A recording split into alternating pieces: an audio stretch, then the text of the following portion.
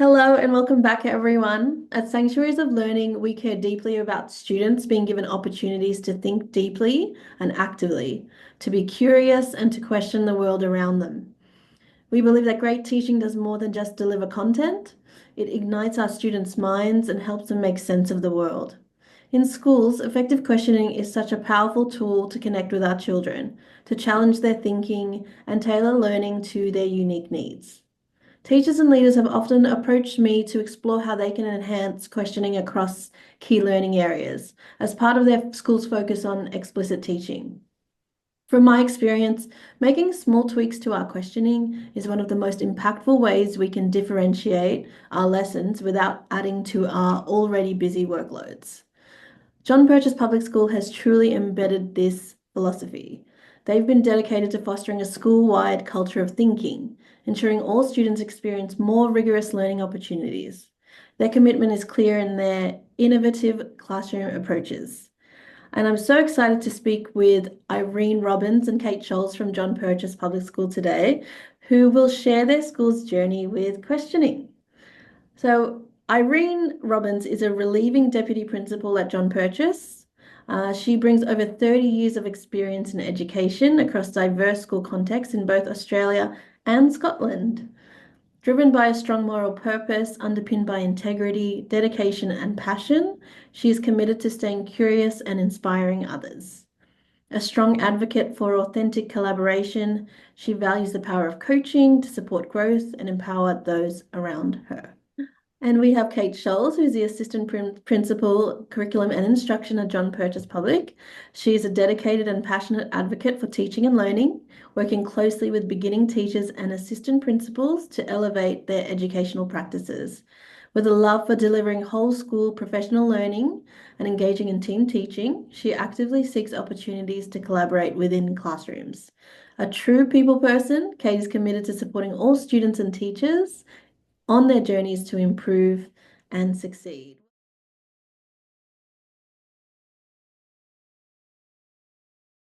You can have those questions that are looking for prior knowledge, where, you dig deep just on that surface level, the review type questions. But we're really looking at those generative, constructive, facilitative questions that are going to help our students engage in dialogue with others, their peers and with their teachers, to hone in and have that deeper level of thinking. I guess, as we've all probably heard, that zone of proximal development, and also knowing that, what works best, having those high expectations that every student deserves this opportunity to be able to dig deeper and grow their learning, exponentially, really. Some people might think, oh, well, yep, I'm asking a variety of questions right now, so I must be being effective. Because I'm not just asking the same question over and over again, but it's really drilling down into the differences between those review, procedural, generative, constructive, facilitative questions. And those generative, constructive, and facilitative ones really open up the avenues for students to dig deeper. Some people think, maybe all the questions are of equal sort of worth or value, that you're going to get the most out of it. But I think by what I've just mentioned, that's a real scaffold of questions there, of those that really can get the students to ponder, that they're curious and that they want to ask more.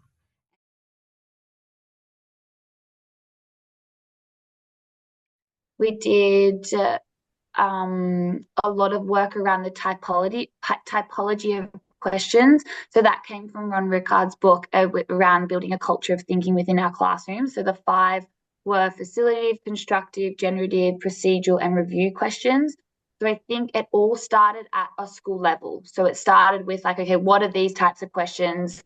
What are they? How many? What are we using? What are our main ones? And we were then had time in stage meetings to then create generative questions around a unit. So thinking of like science. So I know in a stage 2 classroom, they had living world and the environment, and that was their topic. And for each unit or each kind of subject, they in the program they had the big generative overarching question within that. So then that was kind of the question that they came back to. And off the top of my head, I'm pretty sure it was like, how are the environments and the living world interdependent or interconnected? And it was like the branch that kind of pulled it all in. And I worked with a teacher where I saw her ask this question at the start of the unit. So it was very simple, and she got the kids feedback. Oh, what do you think about this? And it was like brainstorming, and it was almost like the pre-assessment to be like, what's their prior knowledge? So then you can kind of use that formative assessment. All right, they're really good at this. I know this. They don't know that. And I saw them then go back at the end of each, maybe a week. Okay, let's kind of reflect on this question. Where are we at with this one? Oh, we've learned just about like the dolphins. Okay, if the dolphins weren't in our food chain, how would that affect everything else? And then so again, it was the involving the students within the question as well, that big overarching question. Another thing we kind of aspect we looked at was like talk moves, and so actually the responding to questions as well. So like talk moves in terms of like revoicing what students' opinions, getting the reasoning behind it, the justifications, and really trying to pull out what the student responses were. So we're not just accepting, yep, good answer, okay, move on. We're actually, I guess, getting the time and the correct response to warrant that discussion, I think. And I get around the talk moves, like a really good thing I saw in a stage 1 class was the ABC. So this is like a thinking routine where a part of the discussion, A is, so someone would give an answer, and then in the discussion, A would be, and they had little actions for it as well. They had A for, I want to add on to that. So maybe it was like an add on. And then B was build. So I'm going to build onto what Sandra said. And C is actually, I'm going to challenge that. And so within the discussions, they had the ABC, and it was them challenging, discussing, evaluating, and reflecting on the conversation. So that really elevated our classroom discussions in responding to those questions.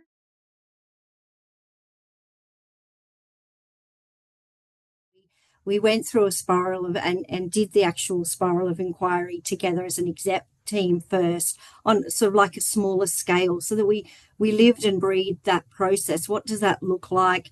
What might it look like as we it evolves and comes into work with our stages and our stage teams, K-2, 3-6, K-6.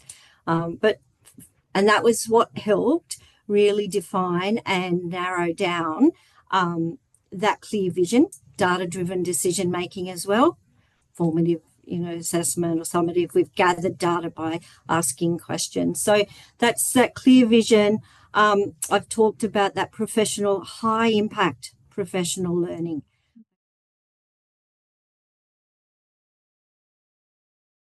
A thing that we've used at John Perch's that has been really effective is through when we've got a team teacher in there or in a lesson observation.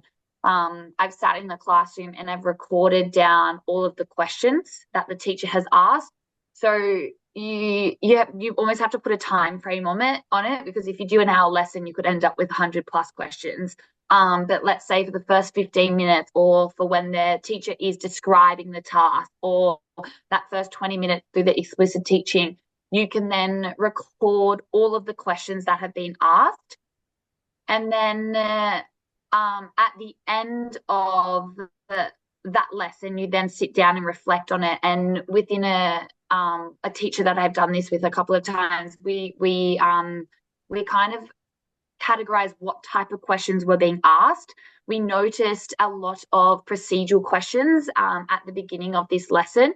And a lot of the time was actually fixated on like, oh no, don't do that, or go and tuck your chair in, or things like that. So at the end of the reflection in the debrief section, when we were looking at the types of questions that were asked, we kind of reflected on the lesson. Okay, was that the discussion, or was that where we wanted to have the task go to, or the pitch, or that level?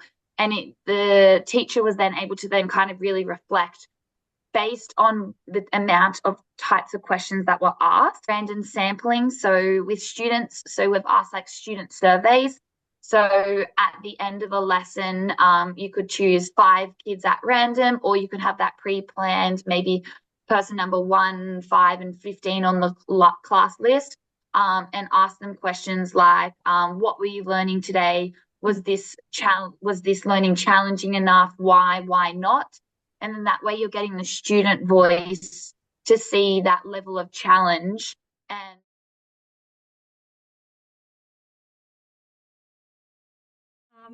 when we come up about, some teachers might be a little bit reluctant, is offering the opportunity for people to come and observe me first. So when I've been leading a team, I feel like I need to walk in the shoes that they're walking in. in other instances where I've taken the class and then so I've taken a class and then that teacher's gone and watched a teacher.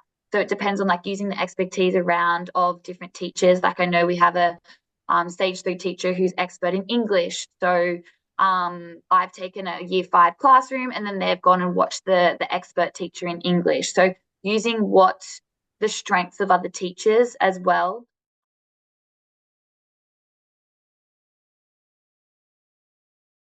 First thing that really comes first and foremost to my mind is that the increased belief in student potential from us, from staff, oh wow, having those high expectations. But when I say high expectations, it's about us facilitating and having those differentiated questions ready, expecting more, but being able to delve deeper for the students to be able to think deeper.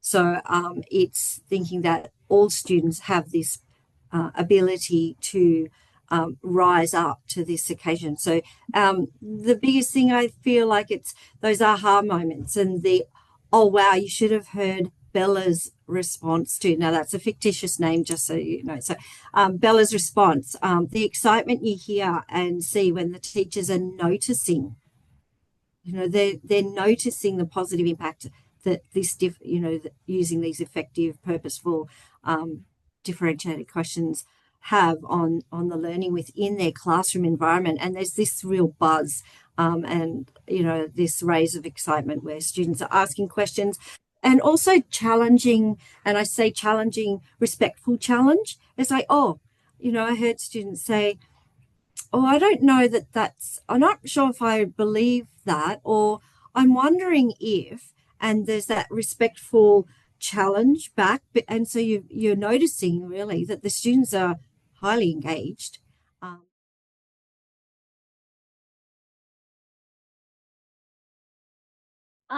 I think when I thought about this question, I thought there was a beautiful example that I worked with a beginning teacher or an early career teacher. How that kind of works, like I said, starting with the video, the film, or the lesson observation, creating the goal. We then looked at feedback reflected on that, and a part of that was looking at the questioning. So a part of the section or one of the lessons was writing down all of the different questions within a 20-minute block.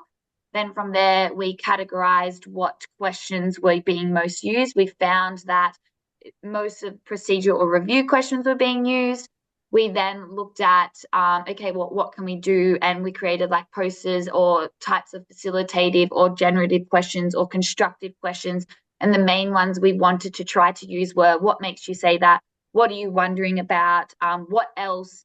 And what might that mean? And the reason we did that is because we wanted students to be able to justify their responses. We wanted them to dig deeper. We wanted them to reason. I modeled some lessons within that classroom. I then got the teacher to then go watch some other teachers within the school. We then team taught together and again looked at the work samples, reflected on what's actually been shown in the work samples. And then we did a pre and post, and we saw a dramatic improvement in terms of students being able to, so I'm thinking in math specifically, that they were able to then justify their opinion and give strategies for how to solve that answer. They were then looking at like the working mathematical of being able to communicate and reason and give like supporting claims for what their opinion was. And then so that kind of works that, but then that also related into English. So even though I wasn't within the English lessons there, that teacher was then able to draw the lessons and use what she'd learned and apply that to different KLAs, which was really positive. And that came out through our stage meetings in our CTJs. We're looking at work samples. And I remember there was a beautiful moment. She was like, look at this student did it. And like they weren't doing it before. And we were able to then compare and see how then that student was able to apply it within a reading context. So it was so beautiful.